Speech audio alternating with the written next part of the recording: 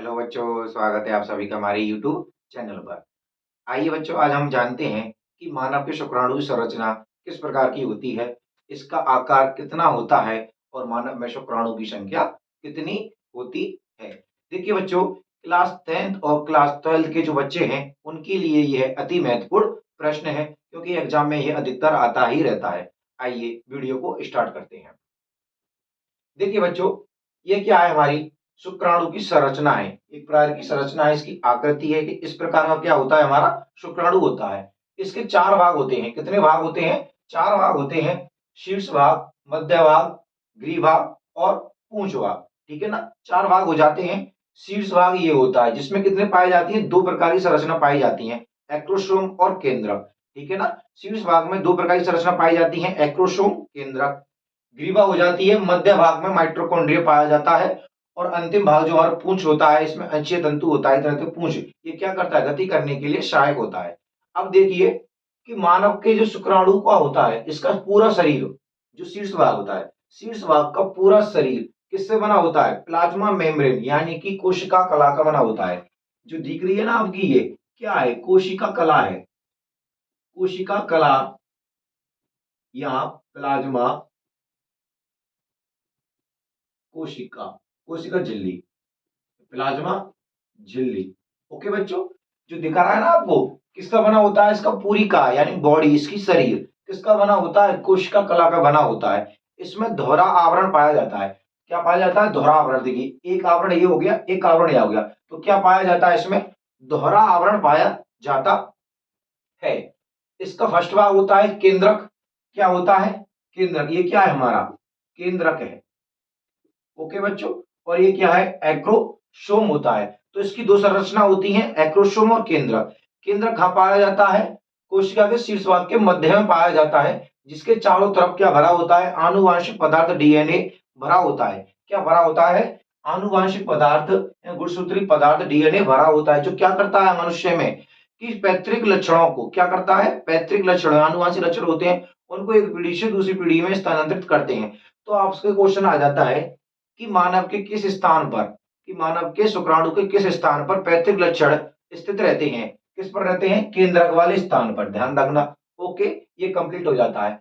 अब बात आती है एक्रोसोम क्या होता है। तो ध्यान देना बच्चों कि केंद्रक का शीर्ष भाग, केंद्रक का अग्रभाग, यानी ये केंद्रक है, इसका अग्रभाग, और एक्रोसोम का यानी कि शुक्राणु का शीर्ष भाग, दोनों मिलकर क्या बनाते हैं? एक टोपी नुमा संरचना बनाते हैं। ये क्या बन रही है? एक टोपी सी बन रही है। क्या बन रही है?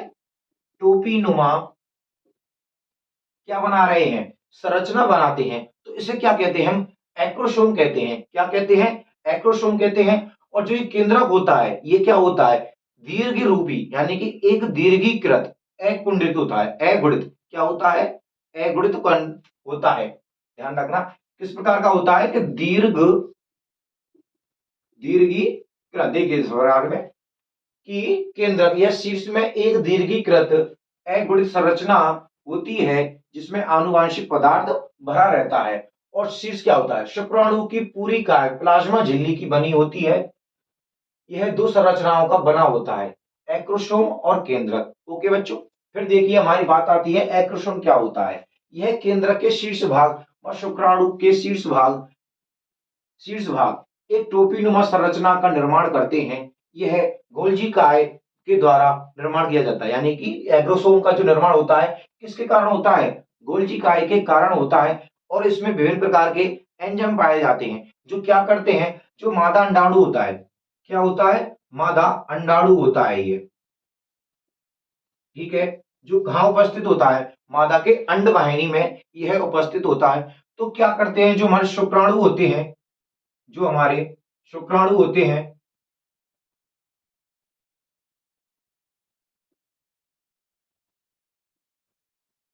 ओके बच्चों, ये क्या है? हमारा शुक्राणु। तो इसका जो अग्रभाग होता है, ये वाला क्या होता है? अग्रभाग जो होता है हमारा, ये एग्रोसोम, ये क्या होता है? इसी को क्या करता है? भेदन की क्षमता रखता है। क्या रखता है? भेदन क्षमता। क्यों? क्योंकि इसमें एंजाइम पाए जाते हैं। क्या पाए जाते हैं? एंजाइम पाए जाते हैं, जिसके कारण ये अंडाणु को क्या करता है? निषेचित करता है, या इसका भेदन करता है, और इसके अंदर प्रवेश करता है। कौन सा? केवल एक्रोसोम वाला भाग ही शुक्राणु का अंडाणु के अंदर प्रवेश करता है, बाकी का भार बाहर रह जाता है। ओके बच्चों, तो हमारे पेपर में क्वेश्चन आता है कि शुक्राणु का कौन सा भाग अंडाणु में प्रवेश करता है, तो भाग आपका क्वेश्चन आंसर आएगा कि एक्रोसोम क्या करता है, अंडाणु के अंदर ही प्रवेश करता है, बाकी भाग बाहर रह जाता है। कंप्लीट यहां तक कोई बात नहीं। फिर भाग आता है हमारा कि एक बात आती है बच्चों, ध्यान रखना कि मानव में शुक्राणु के आकार का कितना फिर आकार होता है, तो ध्यान रखना मानव के शुक्राणु का आकार होता है साइड म्यूक्योम्यूटर, और यह एक नर युग्मक होता है। क्या होता है? नर युग्मक होता है। अब बात आती है ग्रीवा। ग्रीवा क्या होती है? तो ग्रीवा देखिए बच्चों, मध्य भाग और शीर्ष भाग को जोड़ने का कार्य करती है। क्या करती है? ग्रीवा मध्य भाग और शीर्ष भाग को जोड़ने का कार्य कर रही है ना। कंप्लीट देखिए कि ग्रीवा शुक्राणुओं का शीर्ष भाग व मध्य भाग ग्रीवा द्वारा जुड़े रहते हैं। दो तारक केंद्रक होते हैं इसके अंदर। क्या होते हैं? दो तारक केंद्र होते हैं, समीपस्थ व दूरस्थ। समीपस्थ तारक केंद्र क्या होता है? यह युग्मनज को किधर युग्मनज को विदलन के लिए प्रेरित करता है। किसको? कि युग्मनज जो होता है हमारा युग्मनज, यानी कि जब शुक्राणु यानी कि शुक्राणु और अंडाणु निषेचित हो जाते हैं तो युग्मनज बनाते हैं। क्या बनाते हैं? युग्मनज बनाते हैं। फिर क्या करता है? जो ग्रीवा का क्या होता है? ग्रीवा का युग्मनज होता है। ग्रीवा का समीपस्थ स्थल होता है ना, दूर समीपस्थ तारक केंद्रक होता है। यह क्या करता है कि युग्मनज को विदलन करने के लिए प्रेरित करता है। ओके, और जो दूरस्थ होता है यह क्या कार्य करता है? देखो बच्चों, जो हमारा दूरस्थ होता है,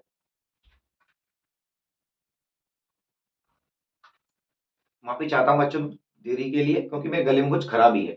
देखिए बच्चों, क्या होता है हमारा जो दूरस्थ होता है, ये इसका कार्य क्या होता है? यह अश्य तंतु को प्रेरित करता है, यानी अश्य तंतु का क्या करता है? निर्माण करता है। जो हमारे पूंछ में क्या पाया जाता है? अश्य तंतु पाया जाता है, इसका निर्माण करता है कौन? दूरस्थ। देखिए बच्चों, नाम से ही स्टार्ट होता है कि दूरस्थ जो लंबा होता है, यानी कि अश्य तंतु का निर्माण करता है। फिर देखिए बच्चों, हमारा भाग आता है मध्य भाग। क्या आता है? माइटोकॉन्ड्रिया। देखिए, ये क्या हो गया? हमारा शुक्राणु का मध्य भाग हो जाता है।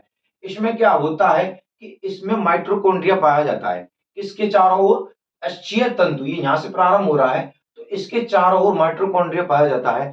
और आपको पता है बच्चों कि बच्चा, आपने पता होगा कि माइटोकॉन्ड्रिया को हम कक्षा 6 से पढ़ते आ रहे हैं कि माइटोकॉन्ड्रिया को कोशिका का क्या कहा जाता है, यानी कि पावर हाउस कहा जाता है, यानी शक्ति गृह कहा जाता है कोशिका का, ठीक है ना, माइटोकॉन्ड्रिया को। तो हमारी क्या होती है कि माइटोकॉन्ड्रिया किसका प्रदान करता है? हमारा ऊर्जा को प्रदान करता है। परंतु यह क्या करता है कि माइटोकॉन्ड्रिया जो होता है यह पुंज को गति करने के लिए ऊर्जा प्रदान करता है। यह इसका कार्य हो जाता है।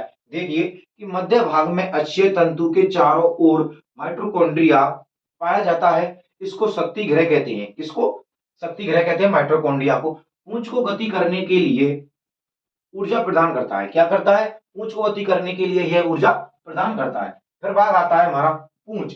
यह शुक्राणु का सबसे लंबा भाग होता है। देखिए बच्चों, यह क्या होता है? यहां से स्टार्ट होती है और यहां तक क्या होता है? लंबा भाग होता है और कशावनुमा होता है। किस प्रकार का होता है? कशावनुमा। जो हमारे कशाव पाए जाते हैं, यानी हिलडुल सकते हैं गति करने के लिए, तो वो क्या होता है? कशाव के समान होता है, जिसके कारण शुक्राणु तरल माध्यम में जब क्या होता है, जब शुक्राणुओं को मादा योनि में क्या किया जाता है? स्खलित कर दिया जाता है, तब उनको गति करने के लिए क्या चाहिए? प्रेशर चाहिए। तो क्या करता है? कोई चलना चाहिए, तो कशाव क्या करता है?